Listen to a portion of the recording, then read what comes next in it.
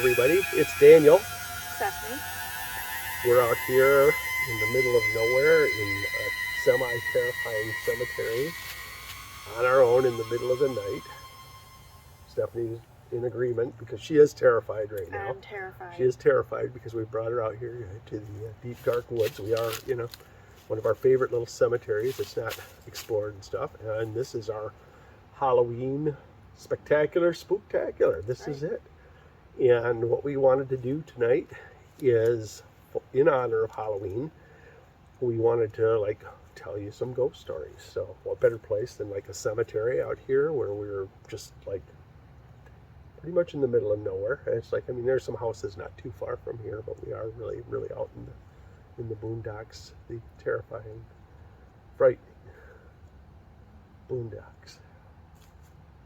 Give me ghosts any day. I don't want coyotes and bears and people.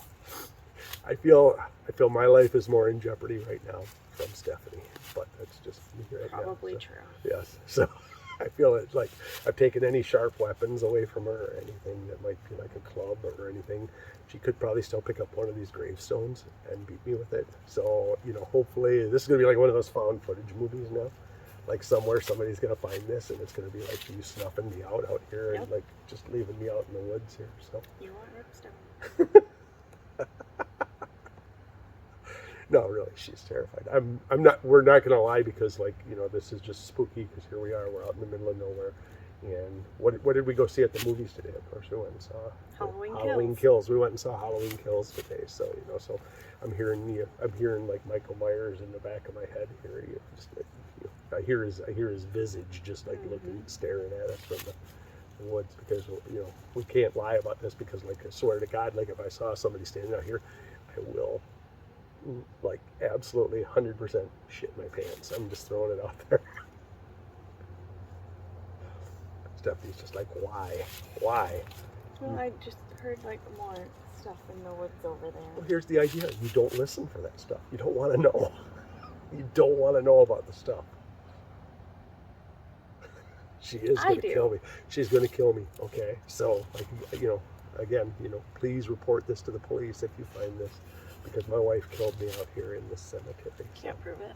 Can't prove it. So yes. So here we are. We're gonna read some ghost stories, tell some ghost stories, and I'm gonna lead off if that's okay. Yeah. Because I've got a couple that are a little bit chunkier here. We recruited some of these from Reddit and from online. So, are they true? I'm not going to verify it. But we do have some that are also from friends and relatives, and some from our own little past. So we're gonna tell a few stories. So, okay, I'm gonna read this one. This one is entitled "My Weird House." I know everybody says this, but I don't believe in ghosts. They all do say that. That's 100%. But this one time, not in the traditional sense at least. But my house does weird stuff. Well, we've been there. So when we moved in 2015, the house was owned by a family who had an old school landline.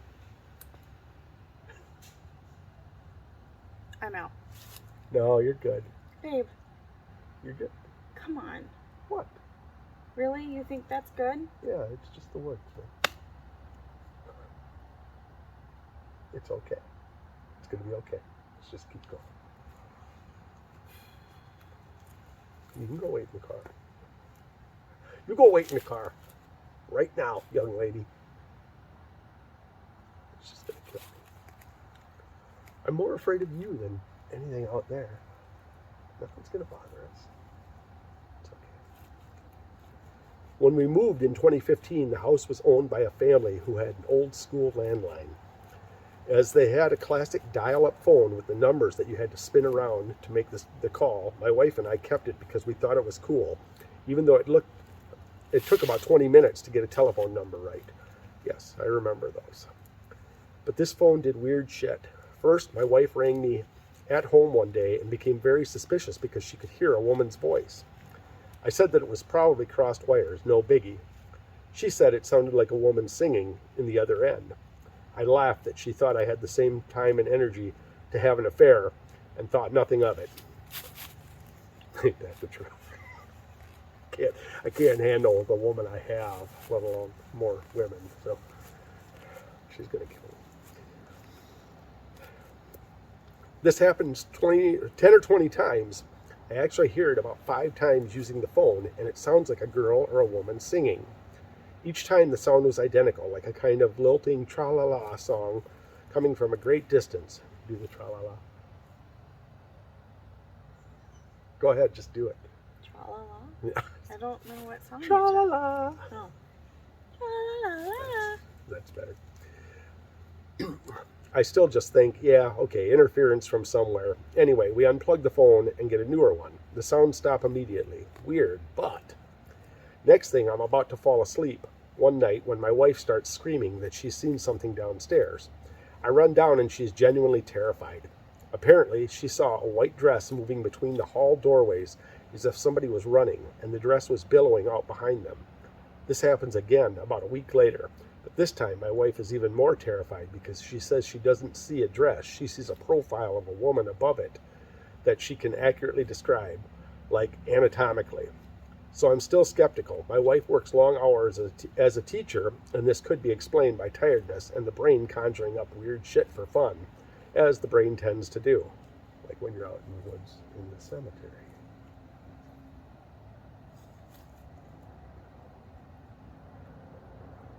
It's all good. Yeah.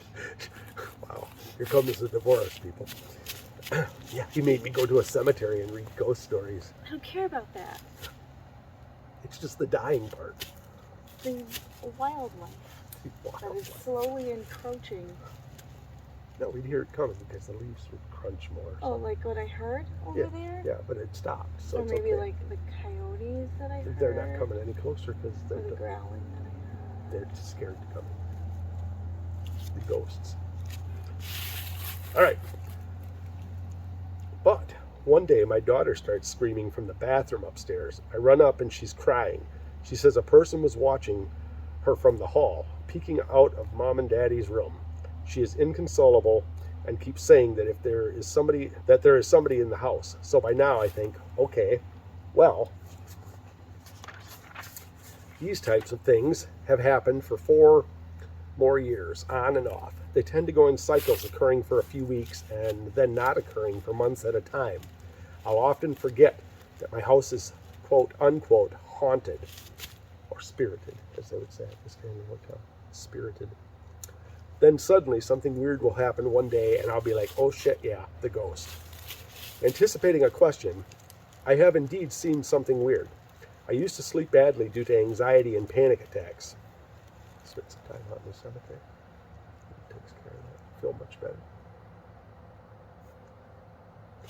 I hope that you're... Stop moving your foot. Oh, yeah. Okay.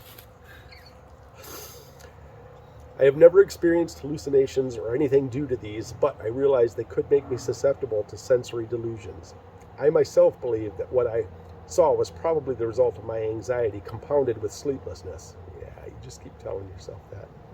However, one night, I was heading up to bed at around 2 a.m. I glanced up the stairs as I was putting the dog in the kitchen. The dog always chills with me downstairs. And I saw, for a moment, a flash of white passing up the stairs like a dress. I even swear I saw the hem of the dress unfurling behind it. I've seen this at least 4 or 5 times in the years of living in the house, at very unexpected times, as in times I had forgotten about the haunted nature of the house. I'll be doing my thing, and suddenly, boom, there's the white thing, whatever it is, moving somewhere in the house. My wife has also experienced it many times. My son, now 5, has also experienced serious difficulty sleeping in his bedroom due to what he used to call the twirly-woos in his room.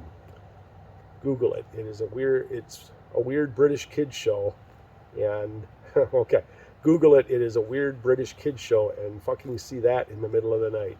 Twirly-woos. We're going to have to look that up. Okay. Twirly-woos. Now he is more vocal. He simply says he doesn't like his room because he thinks people are there. So my house, not particularly scary, but an example of how you can live in a strange little house without believing in ghosts and carry on with your life, even if your world might be genuinely haunted as shit. Well, we've seen that. People can justify things. They can justify it. we've seen that. We've lived with ghosts in this lake. So, all right, you're up. All right, so this first story is from my coworker, Allie. She and her family recently built a new house on land, and they had, excavators out there digging up the earth to lay the foundation, and they dug up what she calls, she said it looked like a Native American head, like a bust almost. Like, I don't know what the material was, she didn't clarify that. But she said they kind of got some woo-woo feelings from it, so they reburied it, continued on with construction. They were building on a cherry orchard. They own the cherry orchard, and they were building their house there, and they were out on their ATVs out in the cherry orchard, and they see that Native American bus leaning up against a tree. Yeah. So they go and they rebury it again, and it would just repeatedly pop up in random spots on the grounds Creepy. while they were building the house. So once they got the house built completely, she said you can hear doors slamming when nobody's there, especially like the garage door. Footsteps, a lot of things happen when there's only one person in the house. And she said it's, everyone kind of has the idea that the house itself is haunted. So she's like, I don't understand because we just built the house. But as we know, it's more than likely the land itself. Right. Because you don't know what happened there prior or what might have been there. So, this has all been native land for a long time. So she said, they didn't want to disrespect, so they rebury it every time it pops up. Mm-hmm. Okay. Well, creepy. Yeah. So, awesome. Are you feeling a little more comfortable now? Nope. No? Okay. Just checking. I thought you were kind of getting into it. Stop moving your foot. Sorry. All right. Well, here's another one from Reddit, which is like where all the scary stories are, creepypasta, all that stuff. So this one I like because this one echoes some stuff we've heard from people before, and possibly even along the lines of maybe one of your little stories you might have to tell. So this is interesting. A face in the window. Anyone else have an experience similar or know what it could be? I guess I'd better give a little backstory. I'm sure many people have had paranormal experiences from a young age. Mine mostly started after moving to a tiny town. I was in grade 6 when my family moved there. Nothing too crazy happened there, though. Saw some eyes in my room in the basement once or twice. Saw some curtains move on their own, but that was kind of it. Fast forward to 2010, living with my sister in a different little town. No other paranormal experiences since that one house back around 2000. I'm home alone, my sister is gone for the weekend, and I'm sitting in the living room playing guitar. Out of the corner of my eye, I suddenly see a face watching me from the porch window, and as soon as I turn my head to look directly at it, it's gone. I decided it was my eyes playing tricks and kept playing the guitar. Suddenly the face is there again, and once again disappears. I again kept playing, but this time I kept my head slightly more towards the window so I could focus without turning my head. Do you ever do that, like when you get creeped out, like when you think there's a ghost there? Yeah. Slowly. It's like I'll sit there and I'll be like, okay, how closed can my eyes be so it thinks I'm sleeping, so it's just going to appear there, because I do that shit all the time. You know what I like to do when we're investigating is I'll wear my glasses, and depending on how the light is, I can see behind me from the reflection in my glasses. You should get those little mirrors on. Yeah, so I'll just kind of watch, so I can see what's in front of me out of the corner of my eye, and I can see what's behind me, but the light has to be just right. I like it. Stop looking over there. I'm just looking out for us. All right, now I lost my spot here, but we are drinking. sure enough, it appears again, and I am able to clearly see a gray face. Not much for hair, the skin looks leathery and wrinkled, and it's smiling disturbingly at me. That was the cincher there. That was bad. Yeah, that was bad. You sure it's not an alien? Maybe. At this point, I storm over to the window, suspecting it's a friend with a creepy mask. As soon as I turned my head, it went away again, though. So I flick the light on and see nothing. It's winter, so I go out the front door with my boots on. From the shoveled sidewalk, I look, but seeing no one to blame, I cross the fresh snow to the stairs going up to the second-story porch, and there are no footprints on the stairs or by the window when I climb up. Has anyone else seen a face like that? I live in the Canadian prairies, so there could certainly be ties to a native culture, or maybe it's something I picked up somewhere else. My family is religious, including my sister I was living with, but I am not a practicing Christian, if that has any bearing. All right, that was interesting and creepy. I don't like the thought of this face smiling at me. No. I mean, I'm kind of... It's scarier than if it was like frowning. Right, I don't feel... I mean, yeah, a face looking at me is scary, but just like, if it's going to smile, that's just put me right off my game now, so... All right, what do you have for us? Okay, so I will tell you about my cousin Samantha, lives in Minnesota, and when she was a teenager, she worked at a daycare center, and it was housed in a building that used to be an orphanage. This is in Owatonna in Minnesota, just a small little town. And I had gone out there, I was 15, and I had gone out there for a month to visit, and I would go to work with her. Now, the second I stepped into this building, I felt like something was sitting on my chest. Right. Like, it was so heavy and so sad, and at this point I had not heard anything about it. You know, so we're going about the day, and all day I just feel awful, mentally, emotionally. So I tell her about it, and she's like, oh yeah, and she tells me about it being an orphanage, and she said that they will often hear footsteps above them when it's a floor that's not used. Mm-hmm. They will hear, it sounds like water rushing, and there's nothing going on. Or water, like it'll drip from the ceiling, and they'll go upstairs, and there's no water up there at all. She said they would smell cigar smoke.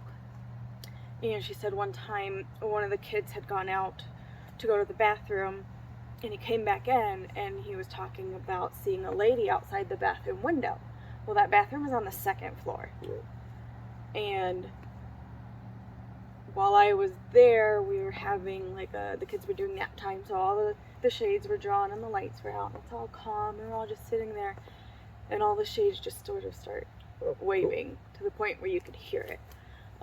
See, I'm like, cool. Yeah, I mean, it was interesting, right. but I didn't, the only thing I didn't like was just that feeling of heaviness, you know, from it being an orphanage. But she worked there for many years, and she said they would just constantly have stuff happening. Like a water dripping from the ceiling thing makes me think of, it was from, I think, one of John Zaffis' books, in a poltergeist case he worked on with water manifestations like that and stuff, which I always thought was interesting, because I've heard people tell me about things like that, but never run into that. So cool. Creepy. See, I knew you had one involving somebody outside a window. Got a couple. It all ties in, so. All right. I'm ready. Get comfortable here. Our Life with Rufus the Ghost Dog. Yeah. I got a story for that, too. All right. Cool. Recently, we moved to Denver. My husband found our rental home before we moved to join him. He had to work for days to clean a dead smell out of the garage. Yeah, it's probably a bad sign right off the bat. Want to reconsider that move. Yeah. Did you pay in cash? I mean, can you get out of this mortgage payment already? I heard a bat. Bat's like your hair. It's kind of cold for him to be out, but it sounded like a bat. Ghost bat, then. Ghost bat. He said later that he was sure the previous tenants let a pet die in the garage. We had 3 dogs, and they play into this story. Dog owners will understand why. There are many occasions when different family members felt a presence, and several times there were physical manifestations and sounds of another dog in the house. We jokingly named it Rufus. So you give it a name, and you're just asking for trouble. So. Dog is not going. You can't give the stray ghost dogs names. Yeah. Because now they're your dog. Yeah, now you just gotta named take care of dog, them. You gotta look after them. You gotta feed them ghost food. Yep, ghost kibble. We often heard the tap, tap, tap of dog nails on our wooden kitchen floor. Like one of our dogs was wandering around the island, but a glance would tell us that all of our dogs were in plain view with us in the den. This tapping sound also occurred on the back deck. You could follow the sound of a dog walking or sometimes running from the stairs to the door, a distance of like 15 feet. One of the first times I encountered Rufus was while I was standing in the sliding door from our den to the deck. I clearly heard him coming up the stairs, the slide of his nails as he climbed from the last stair onto the deck, and I watched as he casually walked toward me. It freaked me out, and I stepped quickly back into the house. Not fast enough, though. He brushed my bare leg when he entered the house, and I could feel his muzzle and an ear, and a slender, rough-haired body, and finally his tail lightly slapped my leg. It freaked me out at the time, but we quickly got used to him making his presence known. I guess a ghost dog isn't that scary, maybe. I don't like the clicking nails on the I think that would be more annoying. Yeah, that's creepy. Dog owners will understand this one. You know your dog follows you around, especially when you go to the kitchen. You know they're there, even if you're not really paying attention. Several times one of us would be standing staring into the fridge or pantry, like everyone does sometimes, aware of a dog standing beside us staring in too. But when we stepped back to shut the door, there was no dog beside us at all. Any pet owner will understand that feeling of awareness. You just know an animal is next to you, even if you're not actively thinking about it. You automatically wait for them to get out of the way before closing a door. His presence was so strong that one day my daughter irritably said, "Get," before realizing she was speaking to empty air. I guess Rufus didn't move out of the way fast enough. I can't remember how many times I'd be standing in the back door for whatever reason, blocking egress, when I'd feel a polite tap with a cold, wet nose on the back of my calf. Thinking one of the dogs wanted out, I'd move to look down and nothing would be there. It gave me a thrill every time, scary but entrancing at the same time. Just another pet. It's good. Once I was hanging out in the den with the sliding glass door I mentioned before, open to the fresh Colorado air. The glass was completely open, and the screen was left with a partially open gap for the dogs to go in and out if they wanted. Just then, they were all in the den with me. The vertical blinds were completely shut, but tilted to let the air in. They were motionless, or sometimes moved very gently, as it was a still afternoon. All of a sudden, the blinds just over the opened gap came flying into the room, as if a dog had barreled through them. The rest of the blinds hardly moved, so it wasn't a sudden gust of air. The scariest encounter was mine. This is why I like this one. I walked into the den very late one night and found the back door open. Thinking that someone had let the dogs out but forgotten to make them come back in. Who let the dogs out? Sorry, I had to do it.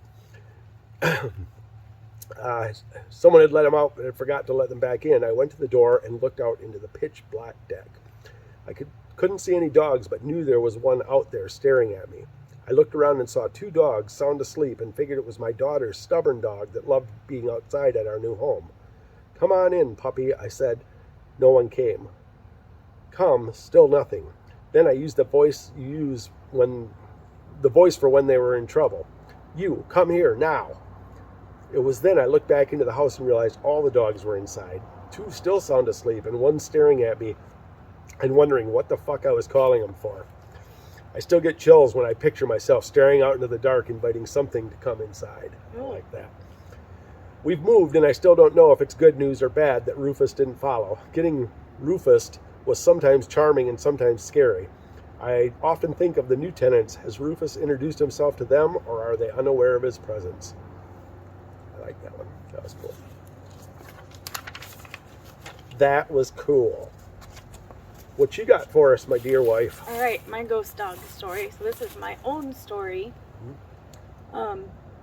I grew up in San Diego, and they have the Whaley House, which is one of the most haunted places in America. And my maiden name is Whaley, so I always kind of felt that connection. We never were able to verify that there was a... And we could not get in free for the tour. We tried. We're like, she could be related. It's a little bit rude, but I've moved past it. I know. So I was probably about 10, and I was taking a tour with my dad. And, I had seen little bits and pieces here and there as we were going, just kind of feelings and things like that. And we were walking up the stairs up to the second level, and I was the very last person. My dad was in front of me. What was that? I did not hear it. You didn't? No, what was it? I don't know. I hear a truck.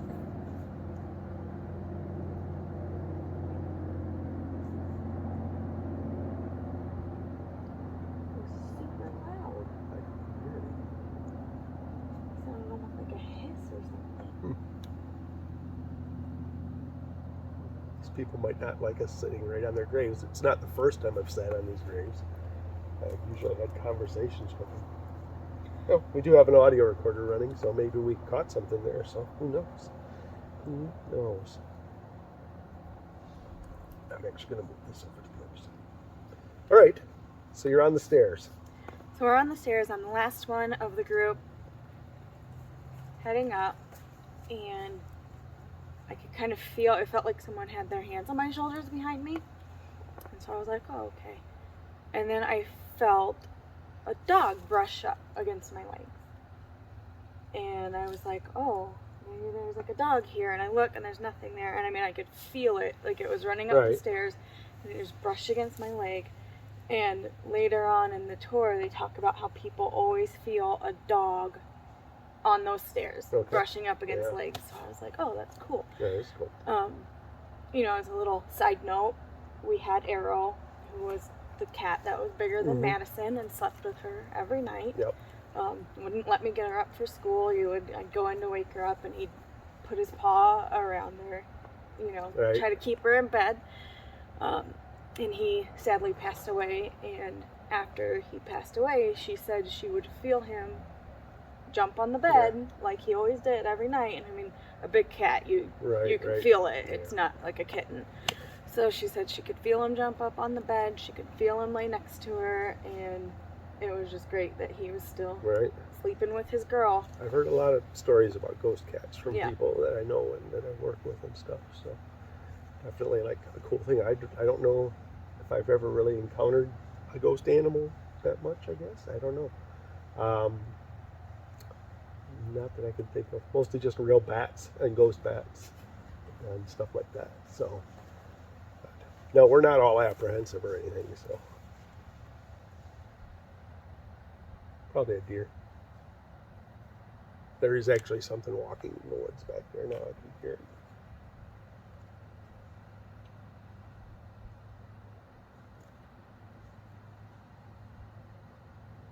If I die, you are in so much trouble. Hello? Hey! It does sound like. That's probably a deer.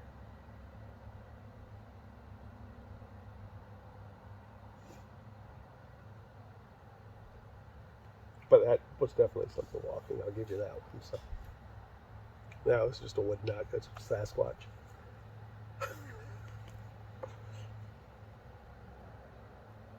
How about one more? One more story. Oh, go ahead. Okay. Back there. It says the one with the flashlight. Well, your flashlight's over there. Where you left it. Flashlight equals life. Okay, are you texting right now to tell your friends it's like he's going to murder me? All right, back to the stories. This should be entertaining just from the fact that we are out here. It's getting pretty cold, It is cold. Even though we're wearing thermals, and it's like, but here we are out here. We're suffering for you. Suffering for you. Please, please, we implore you. Hit the subscribe button. Hit the like button. Follow us, because you never know Make this worth it for me. when we're going to do stupid shit like this. So, we're risking our lives right now to tell you ghost stories. Yeah. So please. All right, back to the ghost stories. I just heard it again. The walking? The hissing. I moved some leaves. No? No. Snake? Pretty cold for snakes. Goddamn python. I'm recollecting we went to the haunted ghost ship in Manistee last night, and I remember getting kind of spooked by it. There was a snake jump in there that was like kind of scary. So I'm picturing that right now in my head, like somebody put one of those over here, and like there's like a little motion trigger or something, and like we trigger a snake, because that would be really cool for whoever did it. Until we found them and hurt them. All right. I hope it was my dead Uncle Tim that took my drink and gave it back. Is this my cousin? I don't know. I just figured for the area we're in, this was very appropriate. So I'll read this one kind of in character. This evening, roughly 45 minutes ago, I walked out into my shed, and I set a Buffalo Trace and a root beer on my tool cabinet. In it, because it has a drink holder. I went to the outer door and checked to ensure my car was locked, and all the tools were inside. When I turned around, that drink was not where it had been. It was nowhere. It was gone. Very dramatic. It was good. I would usually doubt my memory, but the second I saw it missing, chills ran up my spine, and I felt the urge to turn on every light and go outside. And I did so. Am I? Redneck, Oh, okay. yeah. Got to go more redneck. Got it. I live on our derelict farm. I can't do it anymore. I live on our derelict family chicken ranch off a long dirt road in a rural area in the Southern California mountains. The only real possibility of trespassers is the occasional migrant group, very rare, or border patrol hunting, watching for them. I thought for sure you'd have something to say. I got a story that involves chicken coop farm And in Southern migrants. California, so Wow, this is like serendipity or synchronicity that one's not or something. so much right. ghosts as murder. I'm not a huge fan of firearms, but my surroundings make it important to have one in case of an aggressive mountain lion or rabid dog or coyote. Deer. Things fall out of trees a lot too when you're out in the woods. You hear things. Yeah, like murders. Murders, little worms, all kinds of things happen. I don't think that was a little worm. No, probably not. But it didn't sound big enough to be a bear. I mean, there should be some comfort in that. Rawr. I returned to the shed with my shotgun and called out for whoever was there to come out. I went around the whole place, which was locked from the outside. There was nobody around and no footprints, not my own, except my... There were no footprints except my own. I decided I had just forgotten or misremembered putting the drink in the holder. I locked the shotgun away again and went to turn the lights on in the shed. When I opened the door from my house, the only other access besides the outer door, I saw my drink sitting not in the cup holder, but on a swamp cooler, which I think we have to look that up because I don't know what a swamp cooler is. I know what a swamp What's cooler a swamp is because cooler? we used to have one. Okay, what's a swamp cooler? So it's this big metal contraption, Okay. So it's got, I mean, it's huge because we had one in our, like our sliding glass door for the summer. So it's used to cool down your house. I mean, it was the size of our sliding glass door pretty much. And it's big metal, and it has the vent in the front, and then you put like a flake of hay in the back and spray it down with water to keep it moist and turn it on, and that's what cools down your house. Wow. Yeah, and you just keep spraying water into the flake of hay, that is, replace the hay that's- every so often. That's some knowledge. Now you got it. You did not know that. Now you learned something from this. Makes this even Thought I was more the only valuable. one who had one. More valuable of a podcast. Now we're a learning experience. Hit subscribe. Come on, man. You got to do it. Hit subscribe and learn more about swamp And coolers. learn more about swamp coolers. I've never heard such a thing in my life, but I guess it makes sense. Here's his drink. It's sitting on the swamp cooler in a dark corner, which I had searched very well. It was now 1/4 gone. The liquid inside it was still wobbling slightly, too.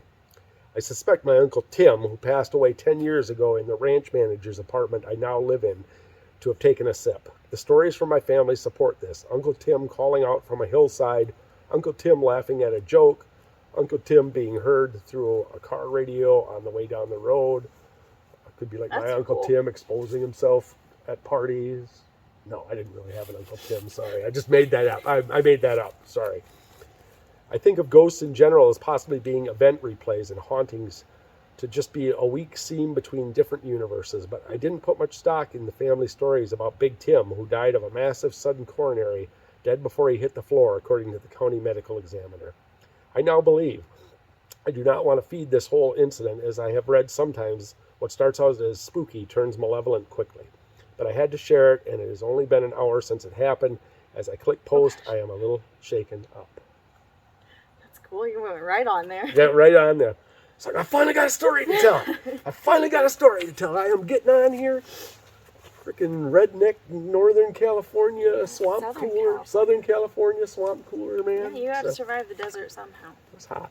It's hot. Very hot. Very hot. So, all right, what do you have? Okay. Regale us with your stuff. And My friend Christy works with me at Crystal Lake and worked with us at another location.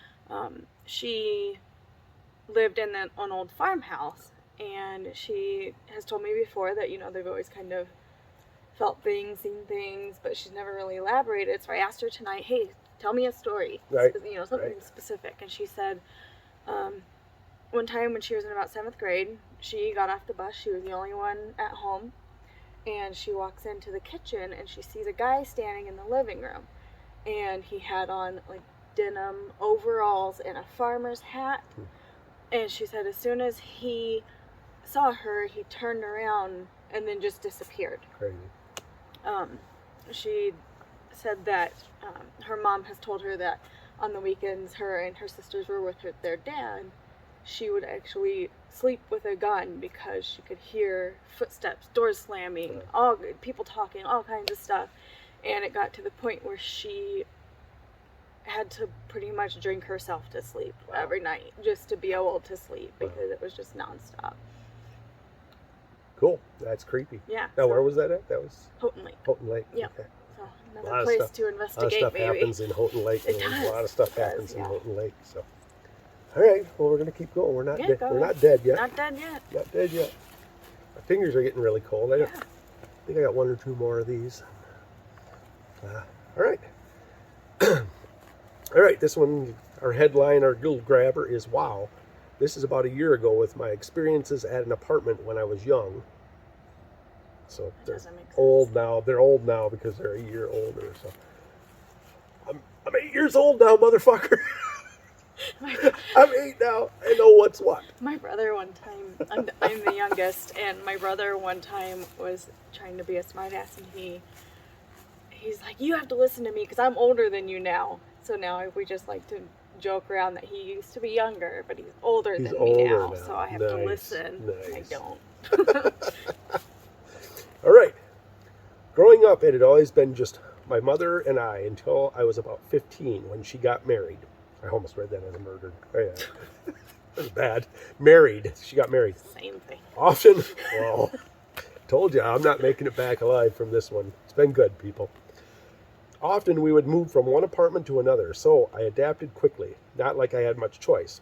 My favorite thing to do when moving into a new apartment spot was to get lost. I'd go explore the complex, taking every turn and over every rock.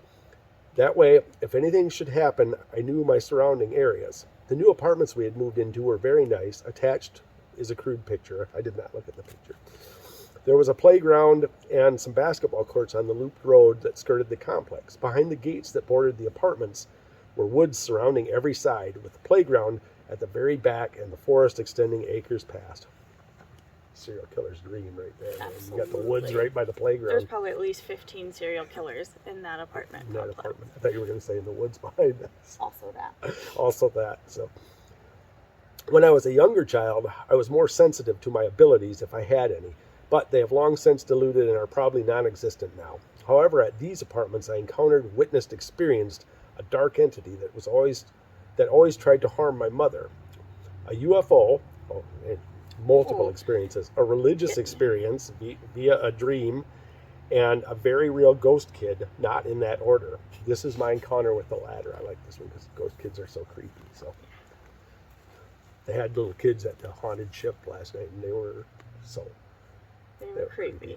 Yeah. A little creepy. That one little girl needs like an Academy Award.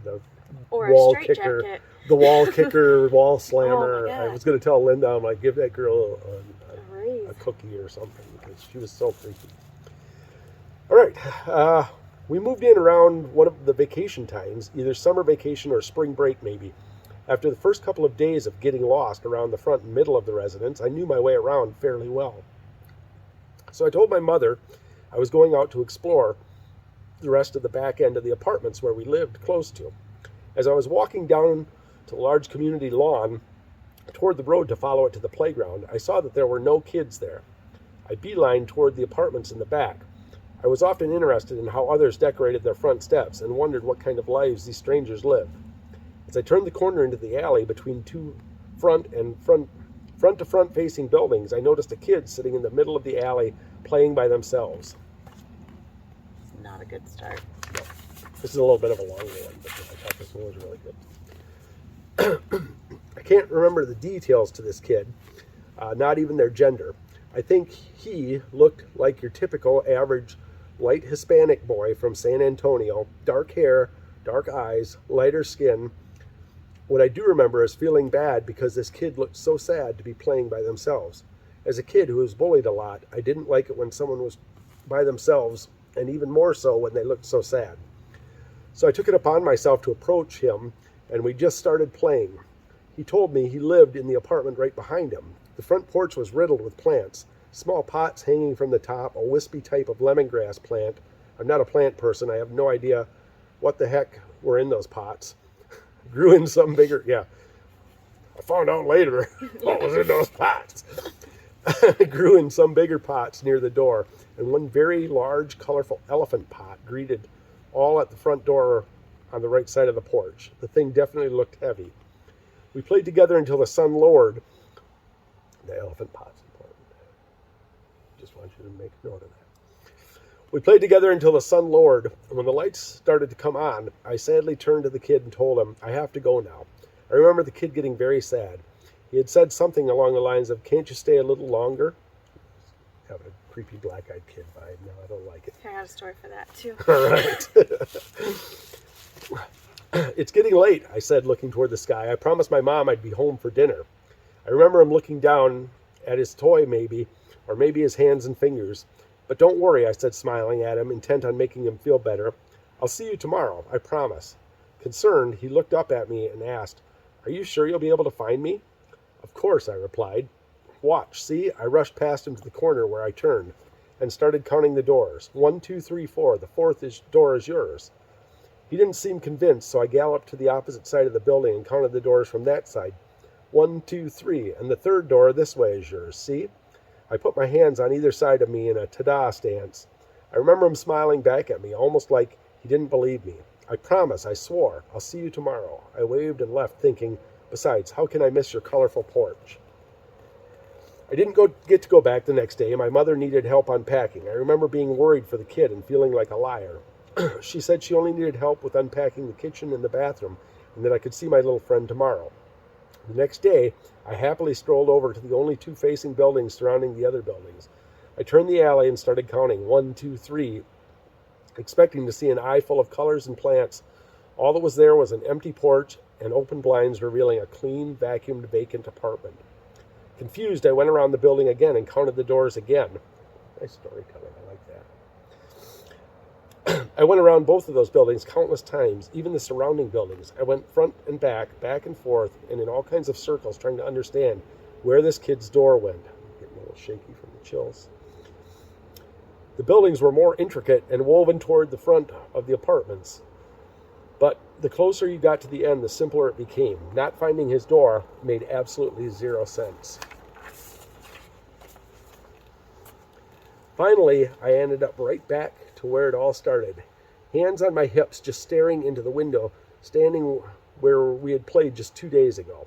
I stepped into the bushes in front of the window to look closer into the apartment. Maybe they had boxes they still needed to pick up, so I could say goodbye properly.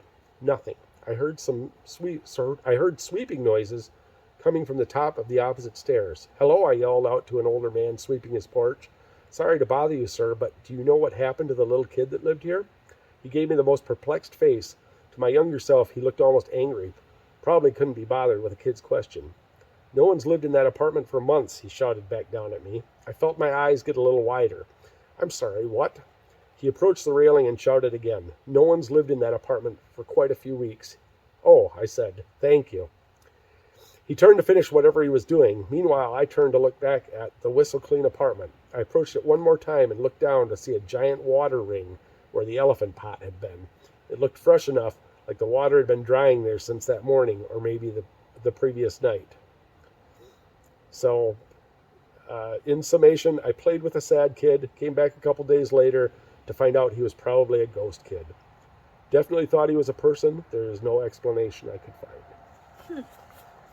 That's pretty creepy. That's creepy. Ghost kids are creepy, so there ain't no doubt. No. So that's my last one on the paper. So what do you got?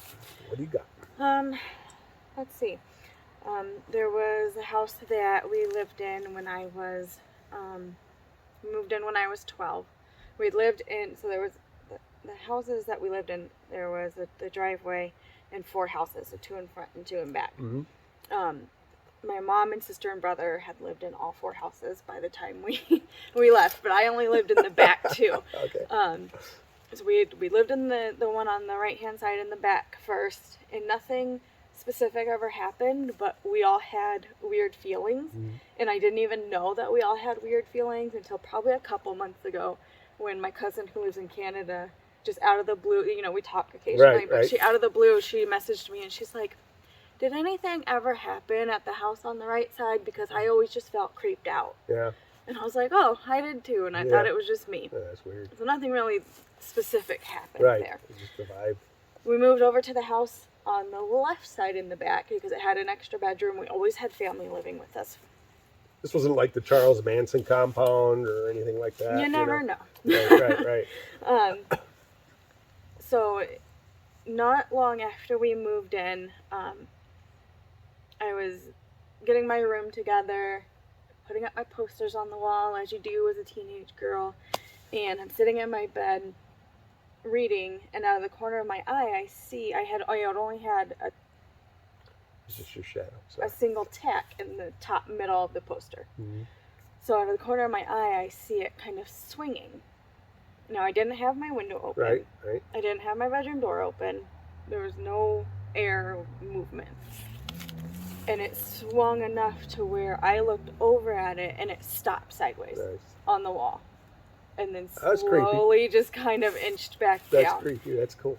And then maybe an hour later, I had a 10 candle sitting on my dresser, and it just like flew off across the room. Luckily, it wasn't lit. I didn't burn the house down a week after we moved in. And we always just had... You could have just moved into one of the other ones, though. That's true. So that's you could true. Just burn one down and moved on. It's fine. I think Jaquita was living in the one in front of that one at the time. Nice. So, you know, we always had little things. We'd always see... There was a long hallway to the back where the bedrooms were from the living room. And we'd always see just kind of like a shadow back there, you know. We didn't really think anything of it. My nephew was really little at the time, maybe 2, and he threw a piece of trash in the garbage can, turned around and walked away, and it flew back out and landed on the ground. Nice. My sister was in the kitchen, and the light switch was outside the kitchen, and she came out, and she flipped it down, and she goes and she sits down, and she hears a click, and the light switch is back up, and the lights are on. DVDs would randomly just fly off the entertainment center. We had a big radio with big speakers, and the volume would turn all the way up and then back down. See, I'm sitting here and I'm like, yeah, cool. Why am I not living there? You know, and you can say, okay, well, you know, electrical issues, but it happened so many times. And then probably, I think I was in high school, so it was later, and my mom had a boyfriend at the time that nobody liked, and he's in the kitchen, and a frying pan comes flying off the stove and hits him. So he wasn't happy, but everyone else was like, sweet, we like these ghosts. But the most profound thing for me was we had a family friend named Solo, and he... Was that his, like, last name? No, it was a nickname. Was he just one of those, like, one name kind of guys? Girls? I didn't even know his real name for a long time. He's actually from Lansing. His name was Paul Barksdale, but he went by Solomite, and we just called him Solo. And he was a great, great family friend. Everybody adored him, and I can remember he always called me baby girl. Always, baby girl, baby girl. His birthday was 4 days before my grandma's, so we would always celebrate together.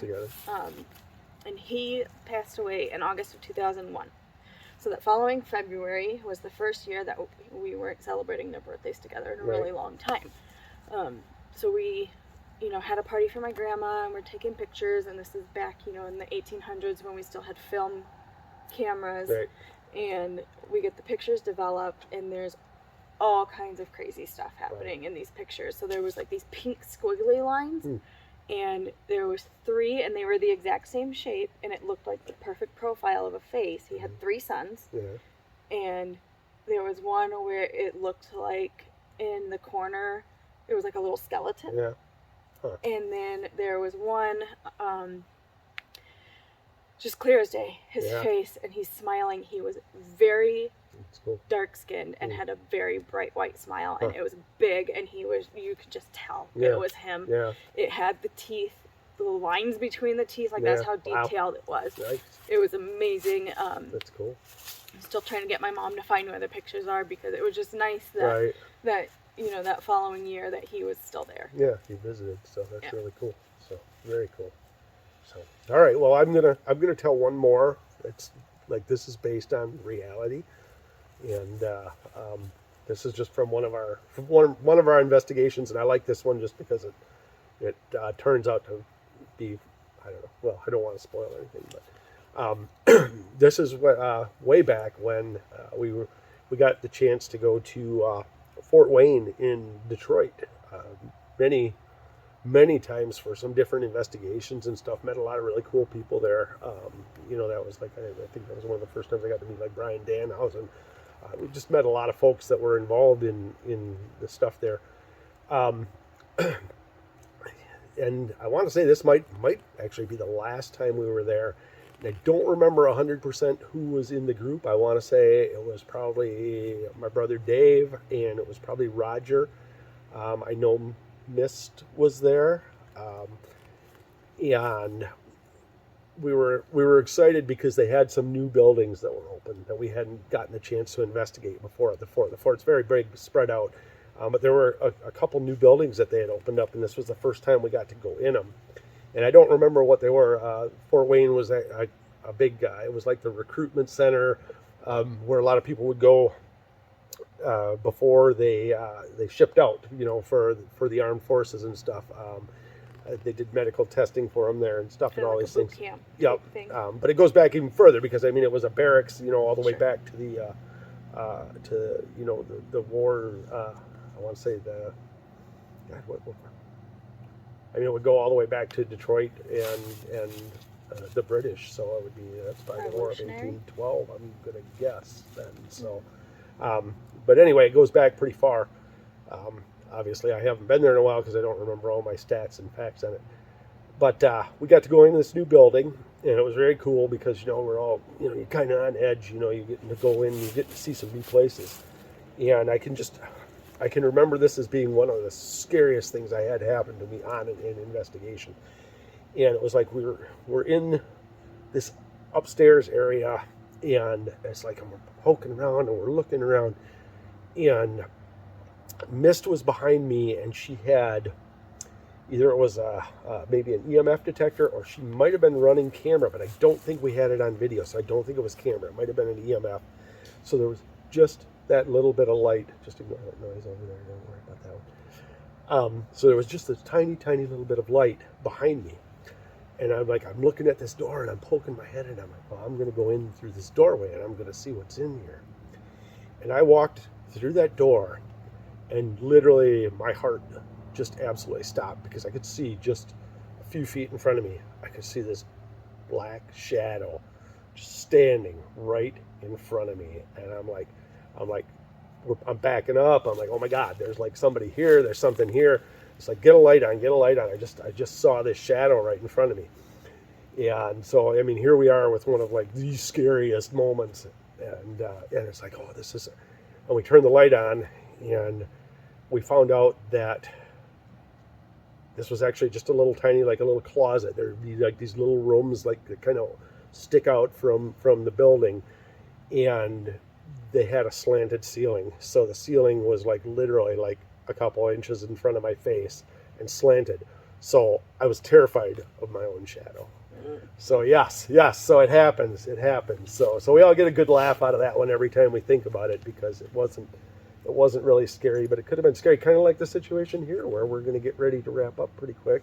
Did you have any more stories, or I do. you do? All right. I have quite a few from my best friend Amber. All right. She has been my friend for 20 years now, and so for just a little small kind of fun story like that one, there was a place in Kokomo. There was a place in Kokomo. I don't even know the words to that stuff. It's not that. Oh, okay. Never mind. Never mind. There was a place called Haven Family Bakery. Okay. And it was abandoned, and it was like a fun place for all the teenagers to You go. told me about this to one. be scared. So Yeah. all the windows were busted out. It was covered in ivy.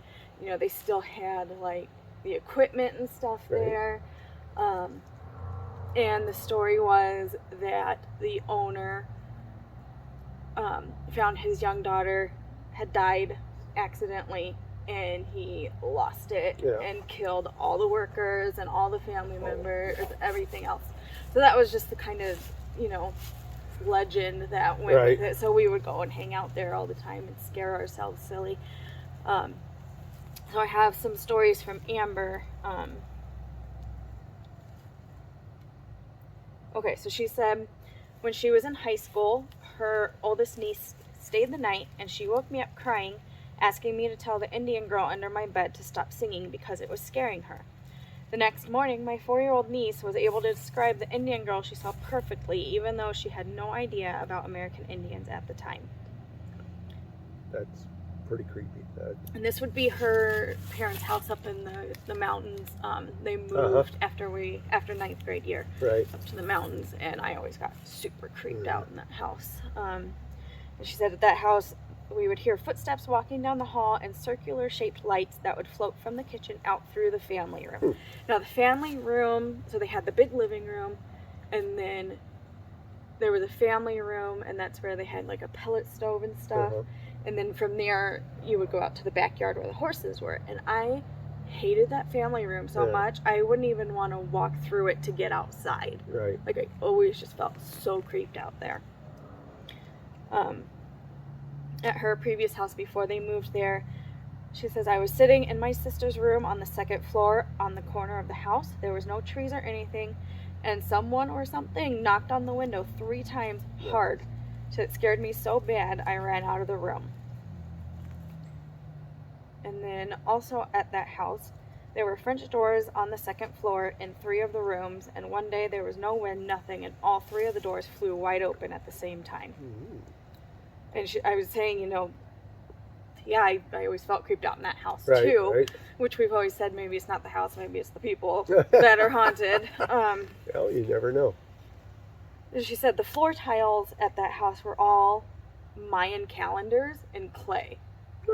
So they were like big clay tiles with Mayan calendars on them. Wow. So that's kind of weird. Is a little bit wild. She said, so this would be the house up in the mountains again. She said her dad, this is after she'd moved out when she was adult, so she said, my dad went out of town and I was feeding his horses for him. 2 of the days the garage door was open when I got home from work, even though I made sure 100% it was closed. On the 3rd night, it was like 8:30 at night, and I drove down the cul-de-sac and circled back to make sure the door was shut, and I saw a man in all black with a black hat walk down the driveway into the garage. I screeched the truck into the driveway and ran down to see where the guy went. No one was there. The next night, I made Brandon go with me, but didn't tell him about the guy because I didn't want him to think I was crazy. So I sent him to the garage to get me a dustpan, and he came running down and told me he saw a man in all black walk up the driveway and disappear. Yeah, that's creepy. At the Ramona house, in my dad's office, we were sitting there talking, and all of a sudden, to the left of my dad's head, a little poof of smoke appeared, and then we could smell tobacco, smoke, and a musky perfume. Then we heard the swishing of fabric and footsteps go down the hall. That's wild. My grandma was doing laundry at my dad's one time, and she saw half a man walk out of my dad's office. I don't know if that means like Top half, the bottom left half? or right Left half. or right? I don't know. Maybe just his like middle. Maybe like no legs, no head. It's the like middle it's just his torso middle part. torso part. Yeah. Um, That's what I'm going to picture. I'm picturing a that. really interesting story about Amber. Her other grandma, Grandma Betty, who just recently passed away, is her mom's mom. Mm-hmm. And she lived in Arizona.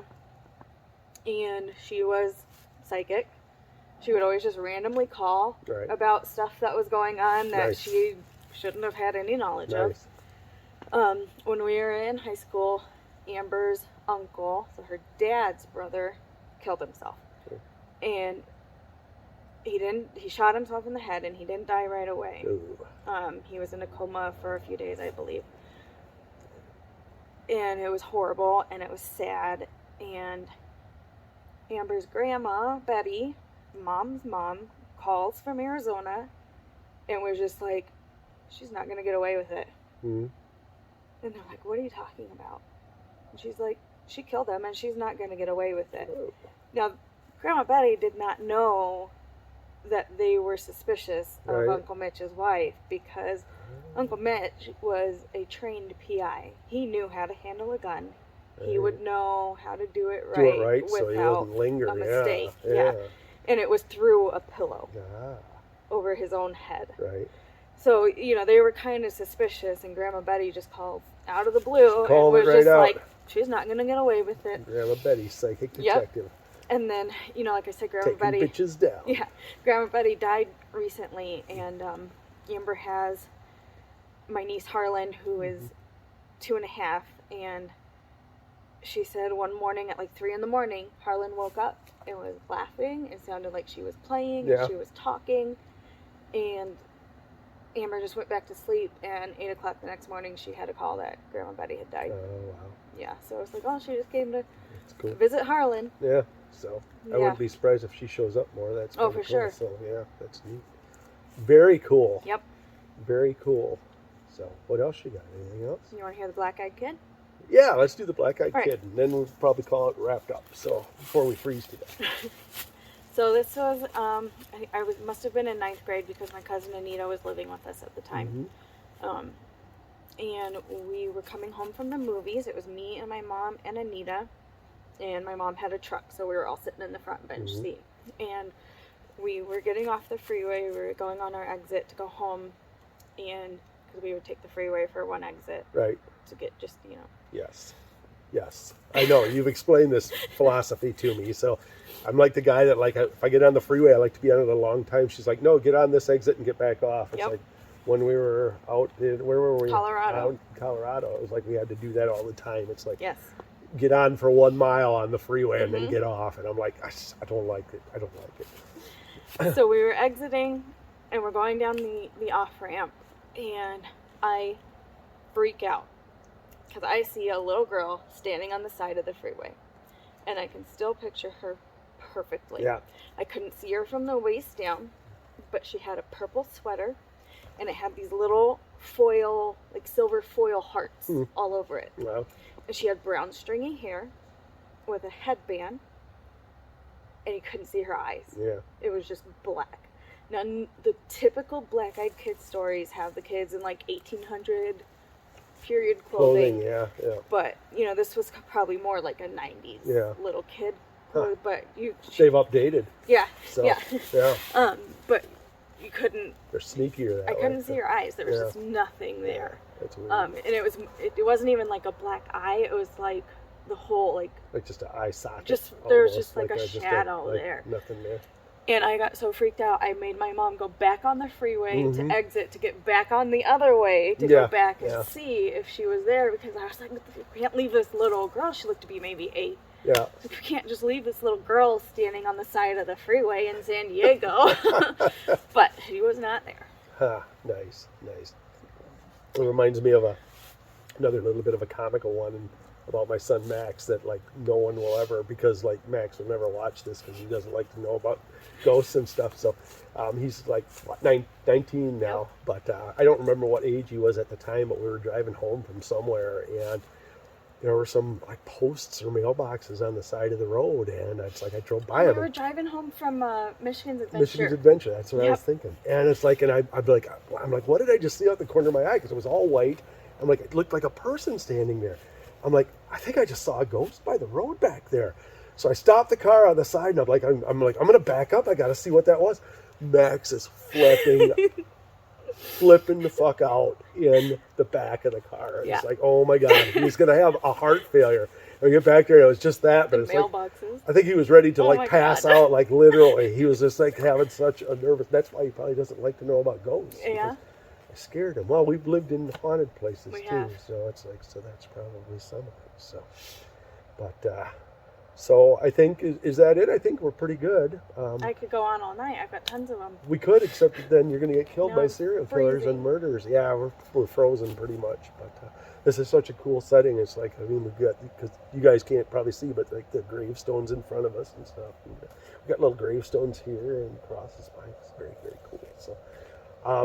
So with that, I guess we just really want to wish everybody a happy Halloween. Please subscribe to us. Please like us, because you don't know, like I said, what we're going to do next. And anything else you would like to say out there? Or? If we can get 10,000 subscribers, I will let myself get mauled by whatever is in the Whoa, forest. 10,000 subscribers. You can Stephanie do gets it. mauled. She's going to go down in the woods by herself. I I'm gonna really like fight a that. deer. I really like that. So anyway, we're going to sign off. I feel like I'm forgetting something. I'm going to regret it if I remember it later on. But that's our funky little Halloween special. We hope you enjoy it. And, you know, I think that's a wrap. So keep it real out there. Keep it real spooky. Stay spooky and don't get haunted. Yeah, stay spooky and don't get on. You're stealing that from somewhere else, I am aren't you? stealing that. Sneaky. I like it though. I'm not stealing it. Borrowing. I'm remaking it. It's a remix. Ooh, I like it. We're remixing stuff now. So good night, everybody. Night. Yeah, have a great Halloween.